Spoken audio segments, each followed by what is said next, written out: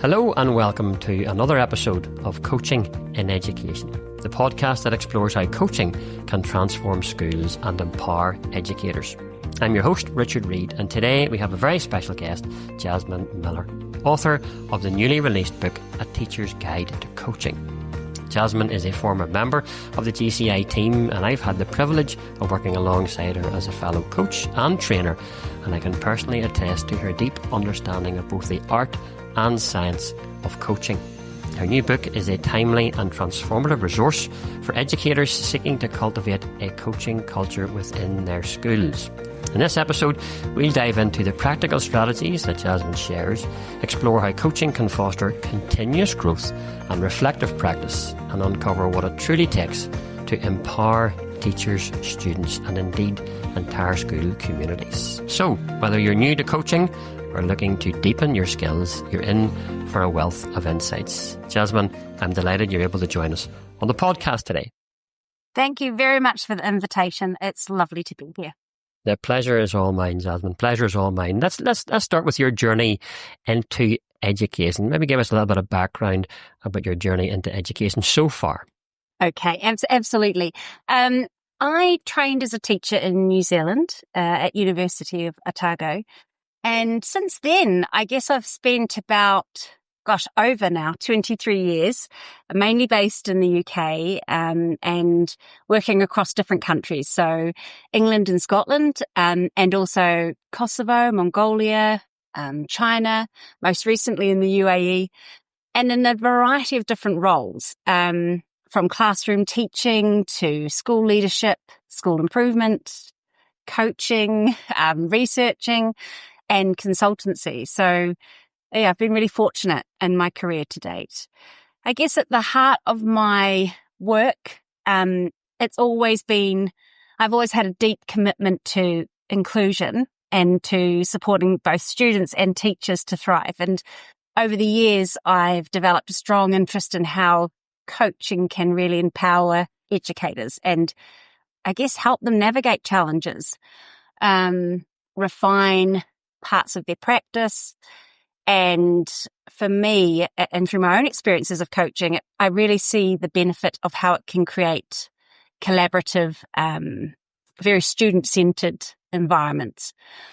I guess that passion led me to explore the impact of coaching, firstly kind of through research. So I did a master's in educational research back in 2019, 2020. And I looked at the links between coaching practices, coaching cultures, and the emergence of ecological agency in schools. And I found that whole research that I did just really interesting to explore, and having the opportunity to speak with teachers all over the world. And a lot of that work, I guess, inspired me to write my book, A Teacher's Guide to Coaching. And I really wanted to have a book that was designed to make coaching a bit more accessible to teachers, and a book that can help provide practical tools and something that can be used in your classroom right away. So, yeah, it's been a really exciting journey to date, and I think throughout it all, for me, I'm deeply passionate about helping educators see that transformative impact of coaching and the impact it can have on students, and then also like teachers' own growth and well-being as well. It's had a big impact on me, and I think when you experience something like that, then you really want to share that insight, I guess, and hope others might find some benefit to it as well. Just listening to that journey through education alone, Jasmine, I mean, you mentioned a significant number of different countries to begin with, and a significant number of different roles within each of those countries when you were there, which is fantastic. There's almost a book there just covering your educational journey, regardless of coaching. You'd mentioned, and it came to mind, you'd mentioned ecological agency, and I know you've written, extensively around this as well. Just for listeners, just very briefly, if they're asking the question, what is ecological agency? Yeah, it's a good question. It's a hard thing to really. There's a lovely diagram actually, which really helps to capture it. I think if I was to put it into a sentence, ultimately it's how. So any educator, any teacher that comes into a setting, they bring with them their own set of beliefs and experiences, ways of seeing the world. They bring that to their role. And ecological agency is like working on the concept that we it's not something we get, but we bring things with us, and then depending on the environment and how that environment is made up or conducted, and how almost like the feel of that environment, all of the elements that are in that environment, how that then enables us to enact that agency. And there's been work done by Dr. Rachel Lofthouse and Professor Mark Priestley, and they both saw those early connections a few years back. And for me, I think having had this experience in coaching myself, I could just see that this is something I really want to explore a bit more, to look into those connections and this concept of like coaching practices and the culture can really feed into providing the right kind of environment to enable that agency. And then ultimately, if teachers have got that ecological agency and they bring all of these experiences and expertise to a school, there's a real gift there waiting to benefit the students and the community. And if we get that culture right, then we enable that to happen, and teachers thrive. They thrive and they bring that themselves to the workplace, and then they just add to it, make it really fly. So those concepts together are really exciting. And I think there's more to be done in this space. I think given the nature of teaching and considerations across different countries in the world around retaining teachers, getting the best conditions for students and learners, there is something we need to be thinking about in a different way, I think coaching can bring a lot to that space. So I'm excited to see where that goes. And I think we're seeing more, like I know within Growth Coaching International, I know Chris Munro has done some work in the space too. It's just, for me, thinking differently maybe about those relational elements in schools and how they can work in a different way to benefit the whole community. It's clearly just listening to you, Jasmine, something you're very passionate about, and not just showing a real understanding about it, but wanting to see more work done in this area. I think that's come across very, very clearly. So thank you for giving that really, really clear description. I've noted a couple of things down here. I suppose as a former principal, the idea of your staff coming in, here are people that are coming to bring something to school with them, and everybody's going to bring something slightly different. And there's a lovely phrase, as you look out at your team, and if leaders listening to this right now, looking at your team, there's a gift there waiting.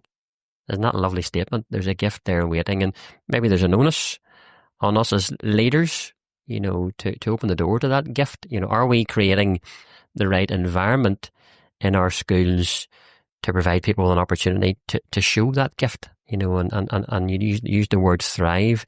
So that's been really, really helpful. I want to move, you touched a wee bit on this, back into, I suppose, the why behind the book. Okay, so you've taken a considerable amount of time over the last 4 years to essentially write a book. And I mean, you don't just take that on lightly. So, I mean, was there genuinely a particular moment or a particular experience you thought, what, this is going to have a big impact, on schools? Yeah, I think that's a really good question. I think for me, there are probably quite a number of key moments that led me to write the book. I think one that stands out was a conversation with a teacher, and she was on the verge of leaving the profession.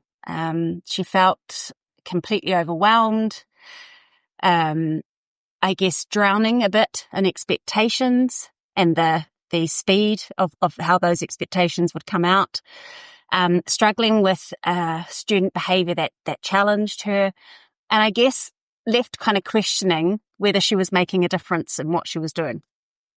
So thinking about that particular moment, for me, as a teacher myself and also a qualified and accredited coach, my approach was using a coaching approach. So using really effective active listening skills, asking very open-ended questions. And ultimately through those processes, helping her to kind of reconnect with why she became a teacher in the first place. So over time, she not only kind of regained her confidence, she also started using coaching techniques with her students and transforming her own classroom environment in different ways that, she hadn't necessarily thought possible.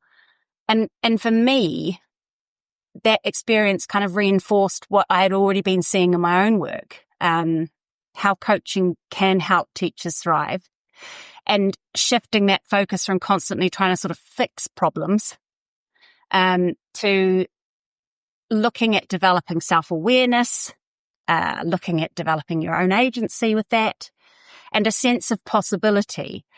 And I realized that while coaching could benefit every teacher, it is ultimately about something you kind of have to want to engage in. It's something you're interested in and you would like to do.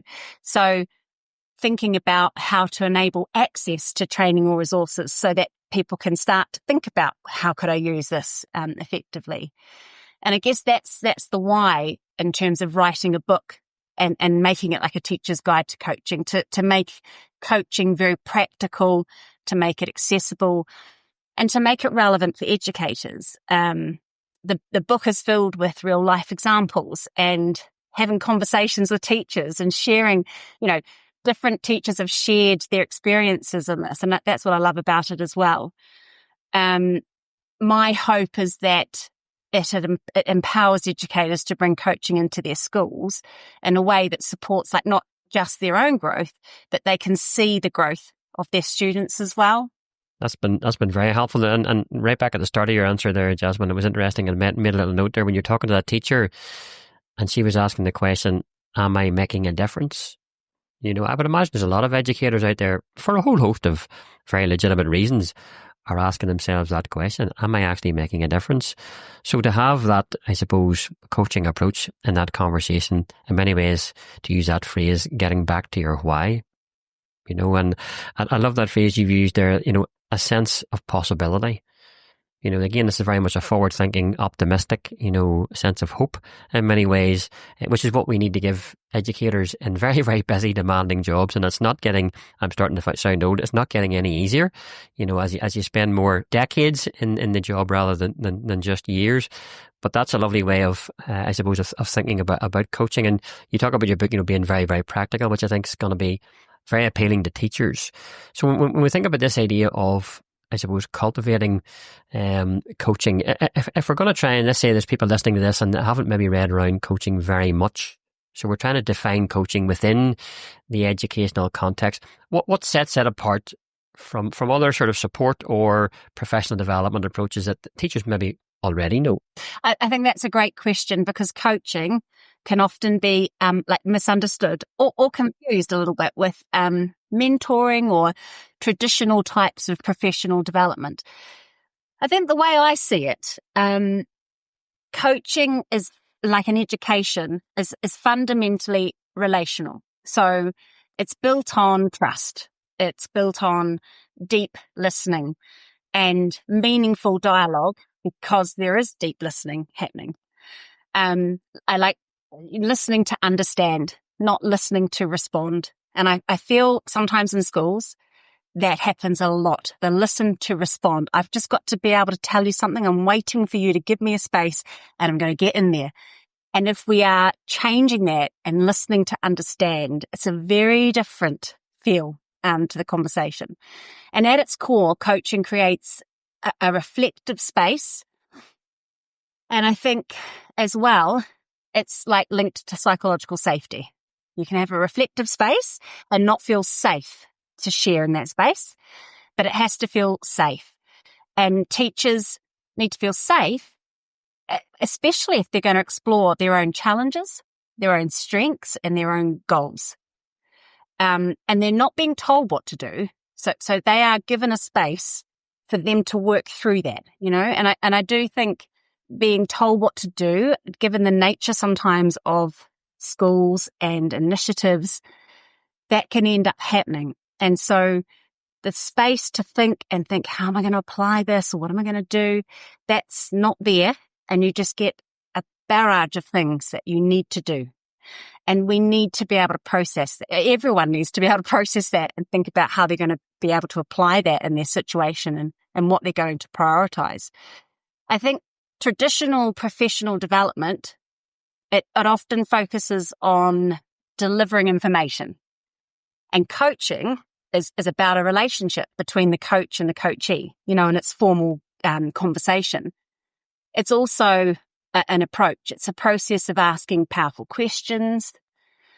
It's a process of suspending judgment. It supports teachers in finding their own solutions rather than like providing advice or prescribing a fixed framework. And I guess through in a relational approach, that real growth, that self-awareness and that transformation happen. And that's for teachers and for students.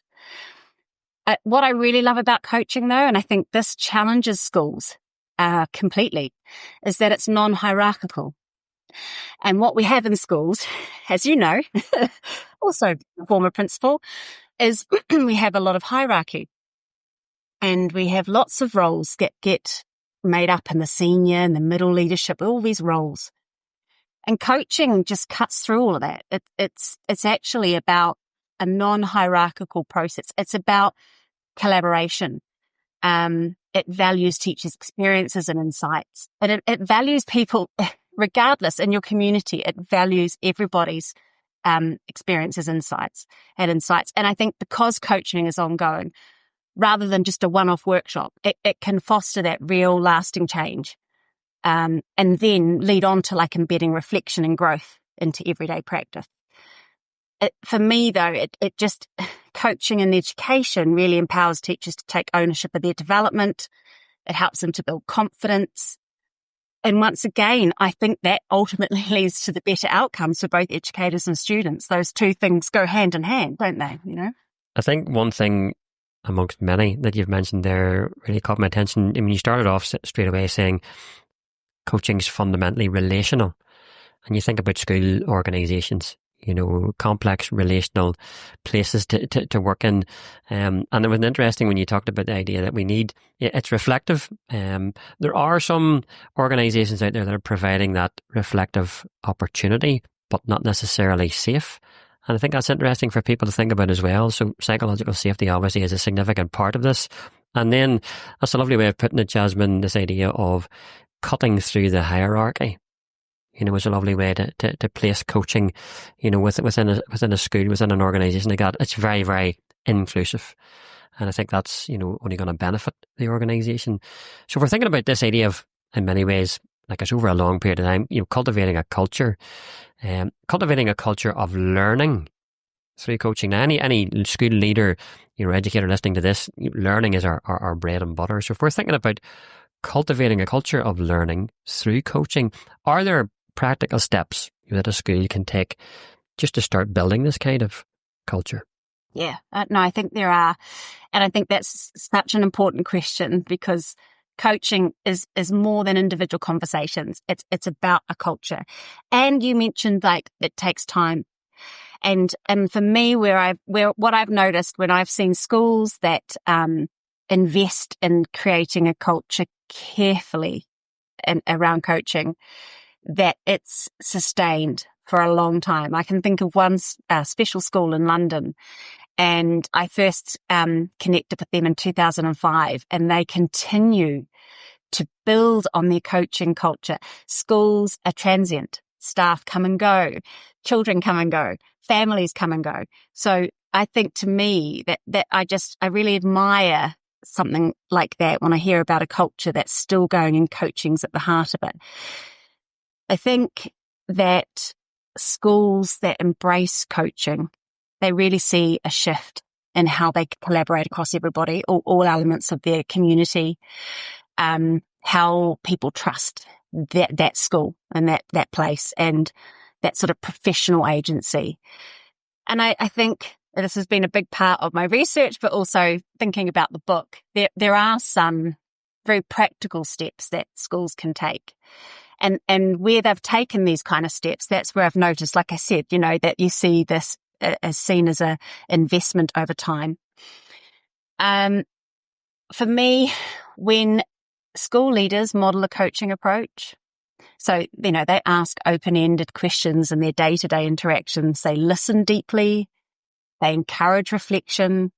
They set the tone. They set the tone for the entire school. So if they invest time in it, that makes a difference. And I've been there. I've seen myself go from someone who didn't know a lot about coaching to a school leader who knew about it and then was just like, how can I make big changes for myself to benefit everybody else, And I think when you go through that process, you never look back. You just think of other ways that you can keep bringing that in. But it's critical.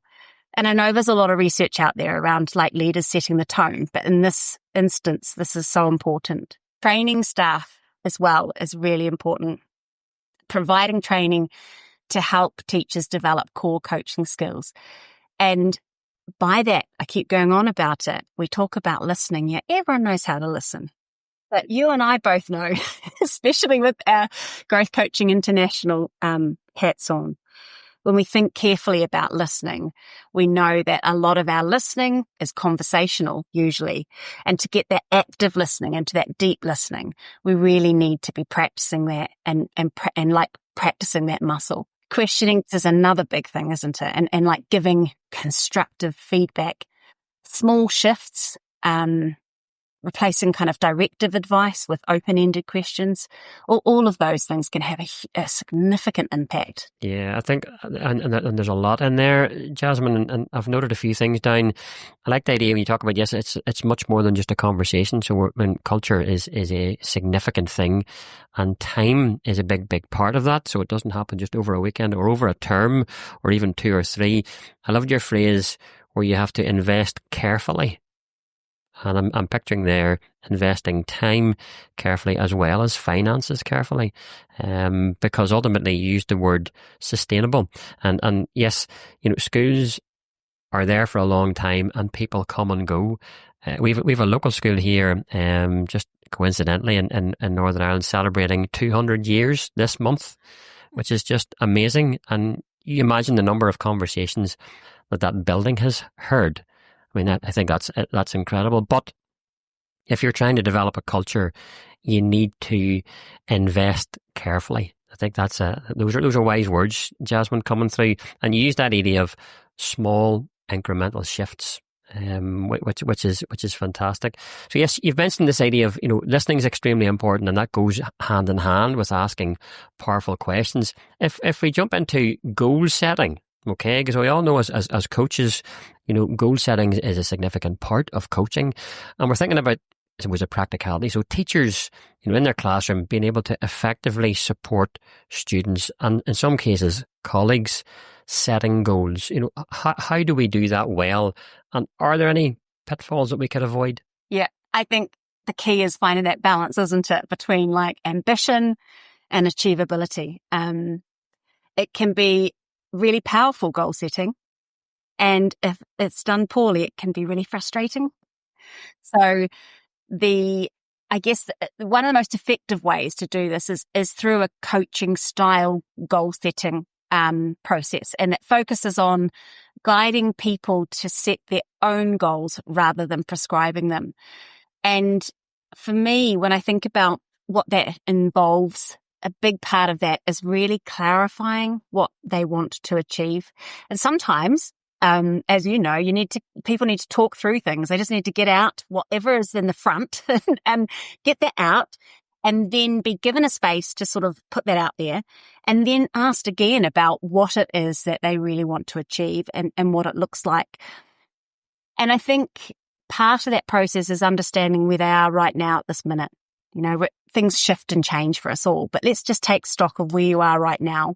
And when someone is able to, I guess, talk through something that they want to achieve, and we understand where they are now, then you can start exploring possible ways forward. How much of a gap have we got between where you are now and where you want to get to?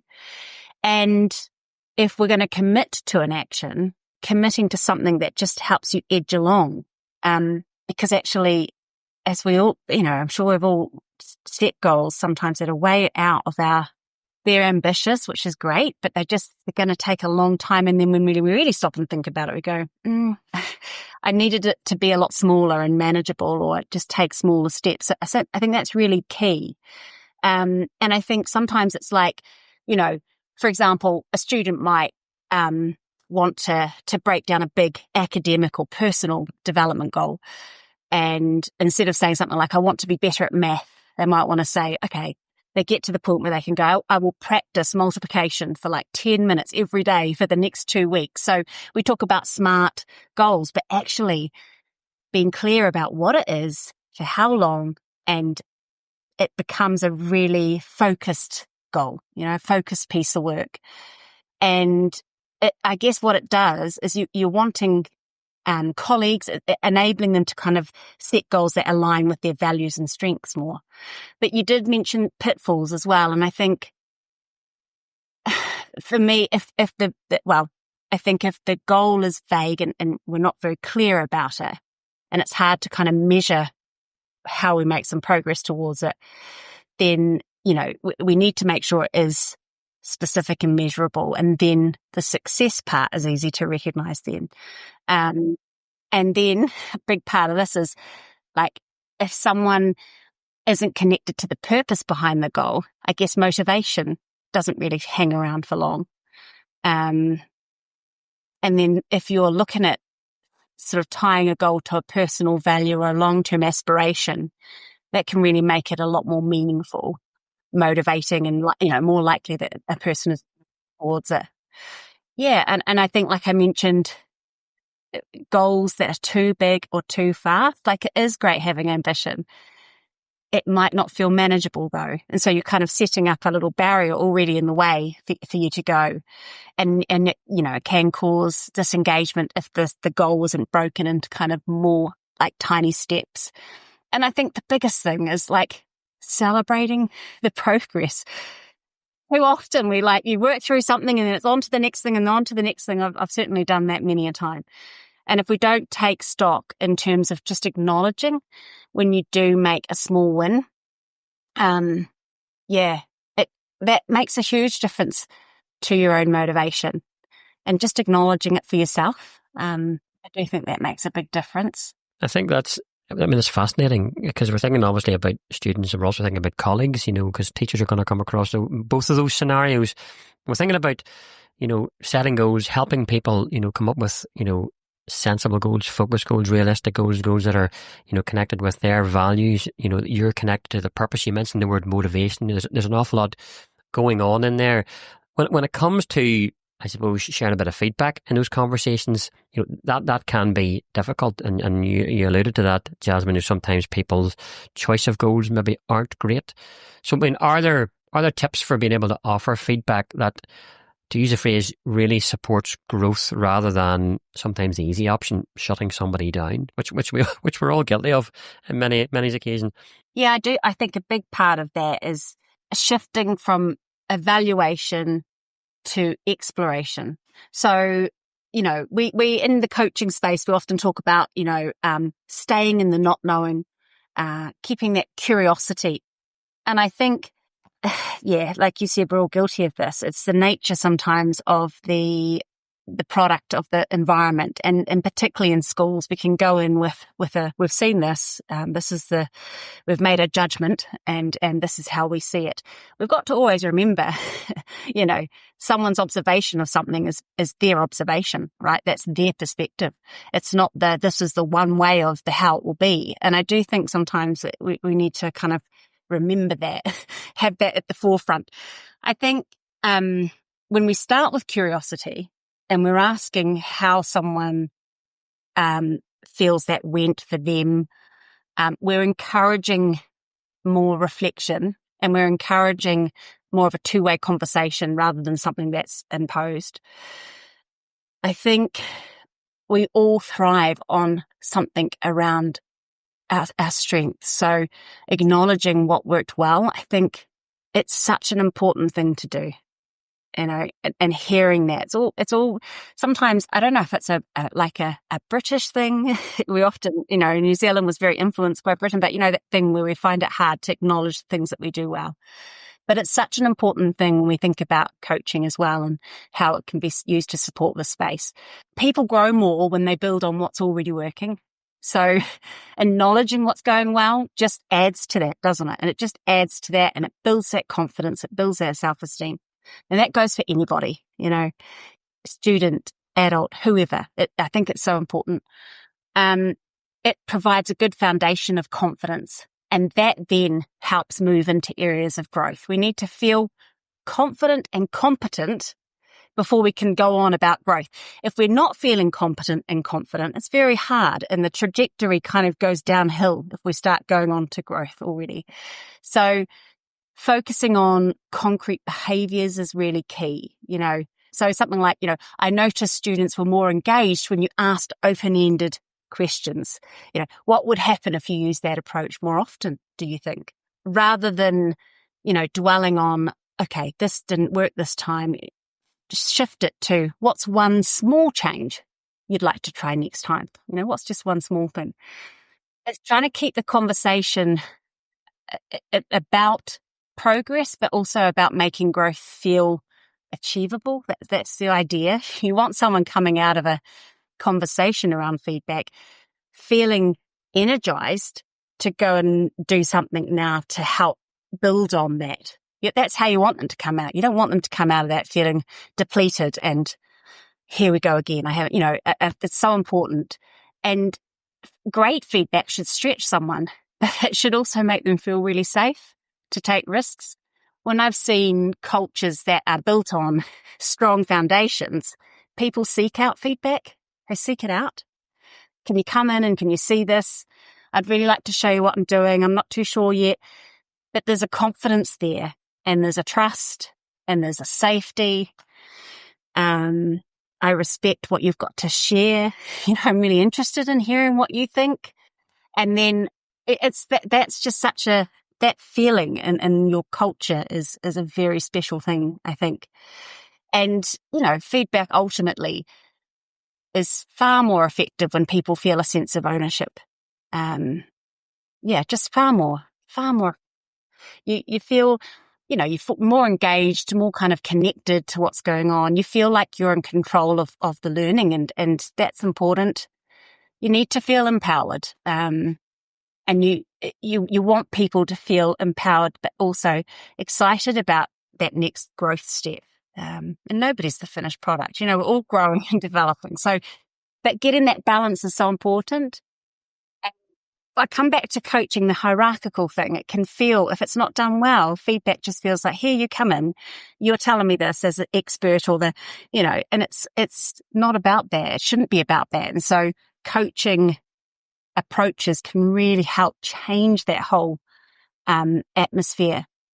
And it takes time to change that, because if that's how a culture currently feels, it takes quite a bit of work to build up trust to change that kind of approach, right? Yeah.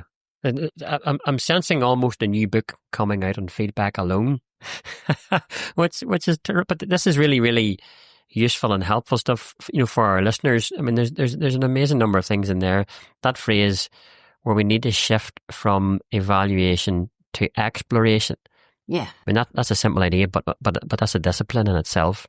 So being able to discipline ourselves, as educators, to be intentional about moving away from evaluation more towards exploration. So that idea of starting with curiosity, which will lead, as you say, to reflection.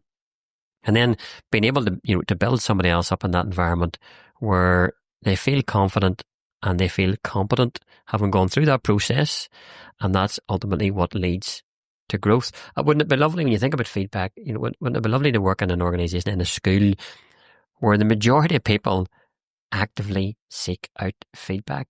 I mean, isn't that amazing? So there's a great way to measure, a coaching culture in your school. How actively do members of staff, students, whoever it might be, actively seek out feedback?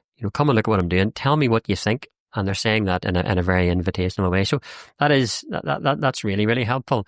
When we think about the whole area, and you touch on this in your book as well, and this is a massive area, this could be another hour and a half, the whole area of emotional intelligence. Yeah. Okay, so how can coaching help teachers and students develop this, unbelievably important thing, this idea of emotional intelligence? And are there changes that you've seen where this has become a focus? I think emotional intelligence is a game changer in education. Like for me, the route into coaching, I was very fortunate. I had a forward-thinking head teacher who invested in his staff team, and he brought in a coach, and we had days in our academic year, professional development around emotional intelligence and understanding ourselves better so that we could work more cohesively in teams, right? And I remember thinking back like, okay, this is really interesting. We're all thinking about ourselves. We had a wonderful lady, Kath Corey, came into our school, and she said, okay, here's a question for you. You're going to IKEA. How do you prepare for that? And everybody had their different ways of doing that. Some people like got the measuring tape out that exactly had the space that they needed this new thing measured out. Others just looked at it and went, yep, I think it might fit. I'm going to go in and see what I can find. And others would just turn up and see what bargains can. So we were doing this, lots of fun activity, but really it showed the diverse nature of humans, humans first. Let's look at what we're all about. So diverse. And yet here we all are. This was actually a complex and profound school. So we worked in like teams of 4 to 5 adults with young people, and we all needed to work tightly together to be as effective as we could be. So it was such an insight in terms of let's think about ourselves. And I think that's what it's all about. And it is one of the most effective ways to develop. I think thinking about how coaching and emotional intelligence fit together, because it's all about self-awareness. It's about building up emotional kind of regulation, empathy, communication. They're all key components of emotional intelligence. So, coaching encourages teachers and students to pause, reflect on their thoughts, reflect on their emotions, how they've reacted to something. We often talk about, what did you notice? What did you notice about how you felt when you had that conversation, or your reaction to that? It's like recognizing triggers in yourself, in the classroom, understanding how your emotions kind of influence your teaching. And I think for students, it's about kind of identifying how their feelings kind of impact on their own behavior and their own learning, and trying to understand something like what's behind that reaction. We often focus on what we see. Here's the behavior. This is what we're seeing right now. We need to understand what's behind that. So emotional regulation, coaching can help, I guess, support individuals to kind of navigate their emotions in a more intentional way, maybe a more constructive way. When we're thinking about really powerful coaching questions, like what could help you regain focus right now? It's about, I guess, encouraging that sort of self-regulation, problem solving, and allowing an individual to kind of take ownership of their emotional responses, rather than depending solely on something external for that. Yeah, it's such a powerful tool. I remember working on sets of like I statements. So if you're in a conflict situation with a colleague, and you're in a difficult situation, and we were really supported through creating scripts like, I feel like this, and I feel like this when your behavior does this. So not making it about the person, but about the behavior. So being able to support colleagues to talk through something that's difficult in a respectful way, and not making it personal to the person, like not making it feel personal and then straight away feeling defensive. And emotional intelligence just sets the parameters for that. And I think that's really powerful. And it's powerful for like colleagues and teachers. It's super powerful if like teachers are modeling that for students. And if students work that out together and are given those kind of parameters, it can be really, really powerful, because it is essential for learning, but it's essential for life. It's, like if you can start off learning about that in school, the long-term impact of that is huge, really huge. Now, I think early on in my teaching career, I was lucky to come across this process, I guess, and think about, well, maybe I've had some crossover before, but if it was in school, I mean, that's why I say it's a game changer. It can make a real difference to how you approach life in general, navigate all of the different things that come up as you transition from school to adulthood, and then the long adulthood in front of you. But yeah, it's a really important aspect. Think about listeners who are listening into this, leaders and educators. I mean, who's not going to want those skills developed within the staff, within the students, within parents? I mean, we've talked about the whole school community, and that's was that idea of awareness. Being self-aware, but also aware of others. Which is part and parcel what emotional intelligence is all about. But I think one thing you've mentioned, and I can resonate with this, is the idea of noticing. As a coach, a big part of what we do is what do we notice, what do we recognise, and quite often it's what isn't being said or what isn't being discussed. And where you've built good levels of trust within your team, you can ask those questions. You can start to notice what's not being said, what people maybe are avoiding, and where there's a good level of trust, you can then broach those questions, which I think helps. It comes back to that complex relational system that you're working within. So the coaching approach really does help in many ways open that up.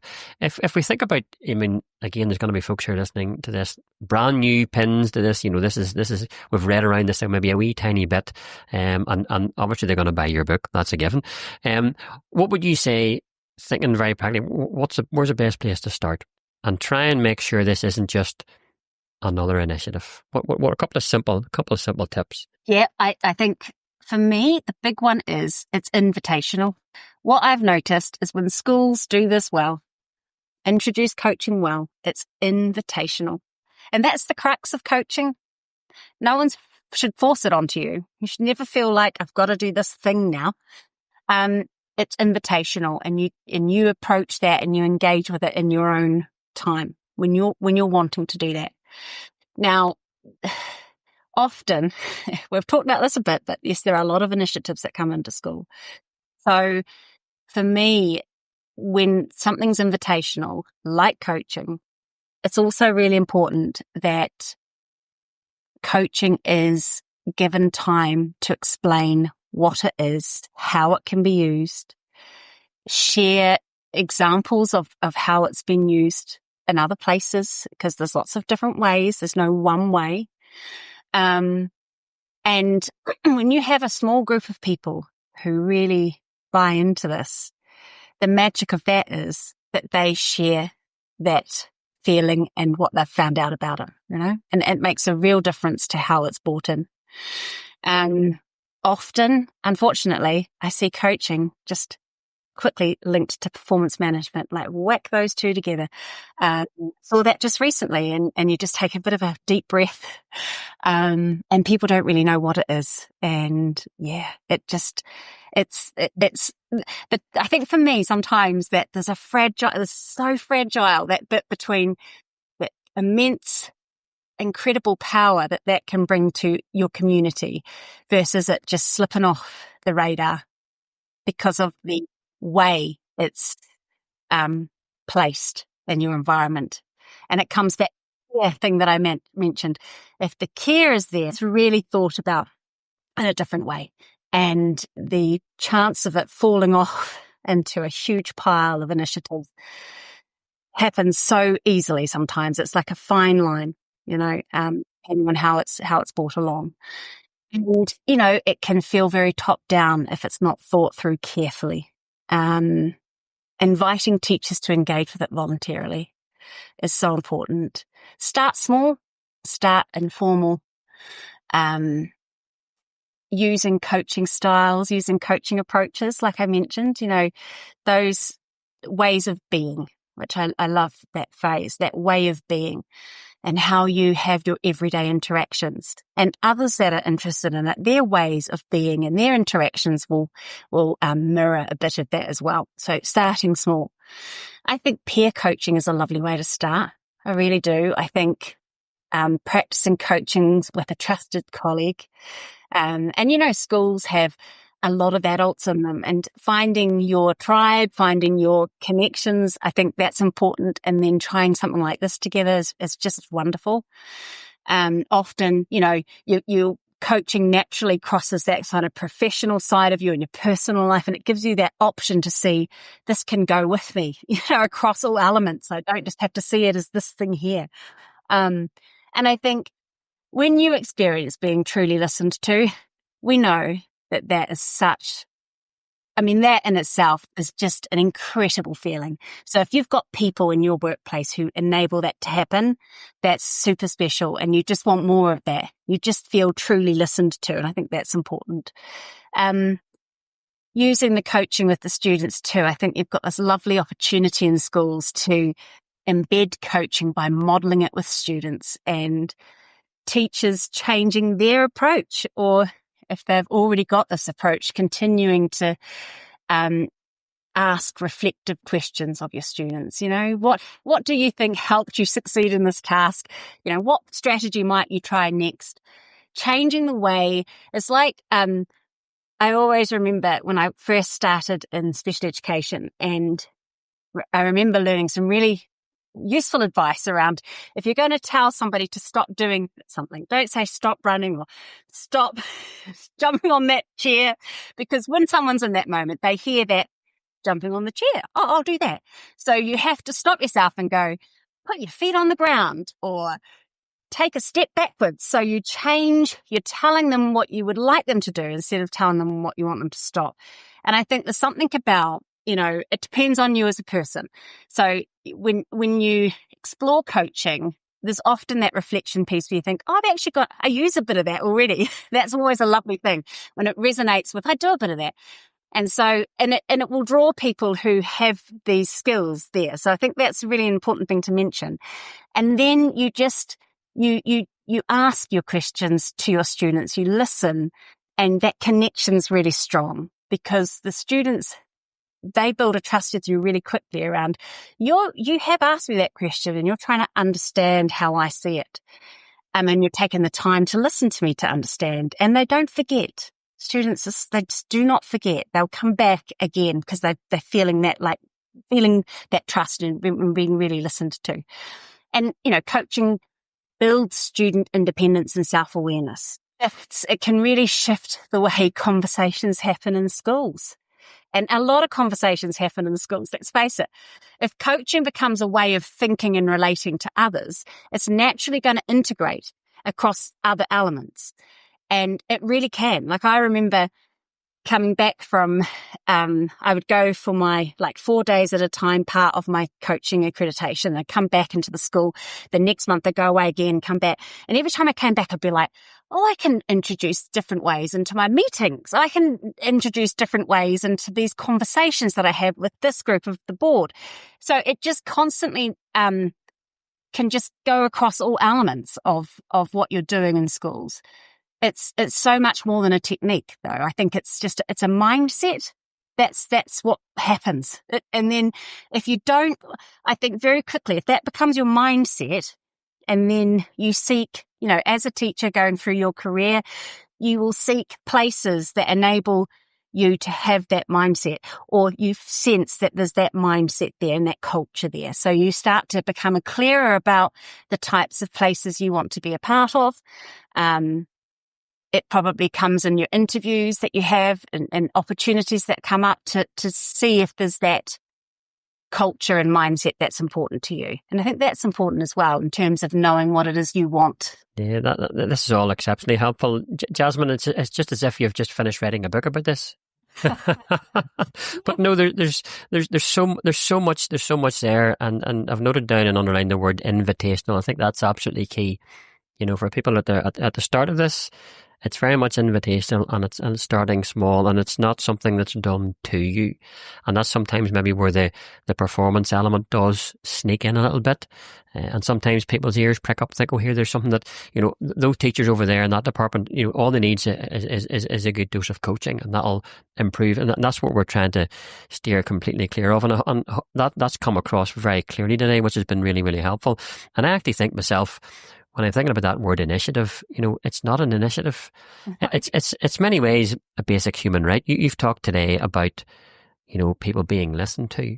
Right back at the start, you've said when your staff come in, pupils come in, or parents come in, governors, whoever it might be, there's a gift there waiting. So it's almost, it's like a human right. This is how we, like Chris Monroe again would use the phrase, this is just how we talk around here. And that's where the cultural element, I think, comes in. So that's been really helpful. I'm going to finish off with one interesting question. This is more of a personal reflection. So with all of your experience, and that's been terrific, and we're gleaning from that today, and will do so from the book as well. If you could go right back to those early teaching days, with what you know now about coaching, is there something or one thing that you might do a wee bit differently? Oh, yes. I mean, I think I mentioned earlier, I was very fortunate to gain insight into coaching through emotional intelligence, I think, initially, early in my teaching career.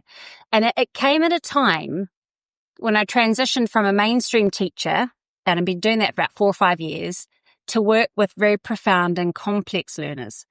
And so in that role, I very quickly learned to listen deeply. I had other adults working in my classroom who knew those children and the processes way more than I did. So I very quickly had to listen a lot to understand each of the individuals and their very individual, unique ways of being. So that was super helpful. I learned, I guess, to really lean on my experienced colleagues, drawing out their knowledge. And I think if I could step back into those early days with what I know now about coaching, the biggest shift that I would make is probably how I approached conversations. I think that is the biggest learning curve, and conversations that you have with your whole community, and with yourself, because that shift in terms of how you can use a coaching approach. When I think about many new teachers, you become your own toughest critic. That's a given. And I'd go home, I think about what could I have done better, instead of thinking about what went well, probably 99.9% of the time. And I think what coaching has taught me, through a pathway of emotional intelligence as well, is the power of self-reflection without judgment. Because actually, when you are your own biggest critic, that can get in the way of truly reflecting and actually doing your best thinking. So as coaching's had played more and more of a role in my life, you become more confident in who you are and what you do and what's important. You also become so much more confident in what you need to think. And so, I need time to mull this over. I need to ask these questions of myself. Those things become really fundamental. So coaching has taught me that power of self-reflection without self-judgment. And that would have been super handy to have known back then. And then I think, well, this is part of growth and development, isn't this? Is the joy of how life is. And I think, you can, it's something that, I guess the good news is it's never too late to make that shift, and that's why I'm so passionate about helping teachers bringing coaching into their practice. There's so many benefits to it. And I think about, like I'd mentioned this earlier, just thinking about how teachers turn up and show up in classrooms in this day and age, and all the different pressures and joys that happen in schools. I think we just have to kind of recognize that there's ways of doing things that can really keep on supporting teachers in their schools, and in their own, taking that from school into their own whole life, I guess. And it's important, and I think it's never too late. I love that phrase you use. You're listening to individuals. When it comes to anybody in the school, regardless of role, because we're cutting through the hierarchy. When we're thinking about coaching, But actually to go into school, tomorrow, or whatever the next day is, you're going to be in the school building, looking around you from the car park on the way in through the building and throughout the day, there's an opportunity to listen to individuals. I think that's a lovely way of thinking through, for young teachers who are starting out, there's an opportunity to take a coaching approach and listen to individuals. But also, like you said, Jasmine, you're looking back over, quite a long career to date and a lot of different growth and development, yes. And it comes down to that phrase, it's never too late to start. And I think that's what we want to really get across to folks today, is that it's never too late to start. There's that lovely phrase where, people will say the best time to plant a tree was 100 years ago. Yeah. And the second best time is today. So if somebody's listening right now and thinking, well, I should have started this coaching, many years ago, no, the best time is today. In your words, it's never too late.